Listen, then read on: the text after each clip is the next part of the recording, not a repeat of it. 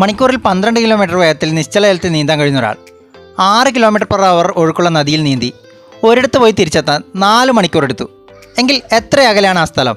അപ്പോൾ ഇങ്ങനെ ഒരു ചോദ്യം വന്നു കഴിഞ്ഞാൽ ഇതുപോലെ ഒന്ന് വരക്കുക. അപ്പോൾ ഇതിൻ്റെ മധ്യത്തിലുള്ളത് നിശ്ചല ജലത്തിലെ വേഗത, അതുപോലെ തന്നെ മുകളിലുള്ളത് ഒഴുക്കിന് അനുകൂലമായ വേഗതയും താഴെയുള്ളത് ഒഴുക്കിനെതിരെയുള്ള വേഗതയും. അപ്പോൾ ഇതിൻ്റെ രണ്ടിനും നടുവിലായിട്ടുള്ളത് ഒഴുക്കിൻ്റെ വേഗതയാണ്. അപ്പോൾ ചോദ്യത്തിൽ പറഞ്ഞിരിക്കുന്നത് 12 മണിക്കൂർ നിശ്ചല ജലത്തിലെ വേഗത, ഒഴുക്കിൻ്റെ വേഗത എന്ന് പറയുന്നത് 6 കിലോമീറ്റർ തന്നിട്ടുണ്ട്. അപ്പോൾ ഒഴുക്കിന് അനുകൂലമാണെങ്കിൽ ഈ രണ്ട് സംഖ്യയും തമ്മിൽ കൂട്ടുക, 12 + 6 18 എന്ന് കിട്ടും. അപ്പോൾ ഇനി കിട്ടിയ ഈ ഉത്തരം കറക്റ്റാണെന്ന് നമുക്ക് നോക്കാം. അതായത് ഒഴുക്കിനെതിരെ ആകുമ്പോൾ ഇവ തമ്മിൽ കുറക്കണം, 12 - 6 6 എന്നുള്ളത് കിട്ടും. ഇപ്പോൾ ഒഴുക്കിന് അനുകൂലമായിട്ട് 18 കിലോമീറ്റർ സഞ്ചരിച്ചിട്ടുണ്ട്. അപ്പോൾ ആ 18 കിലോമീറ്റർ ഒഴുക്കിനെതിരെ സഞ്ചരിക്കാൻ 18/6 3 മണിക്കൂർ എടുക്കും.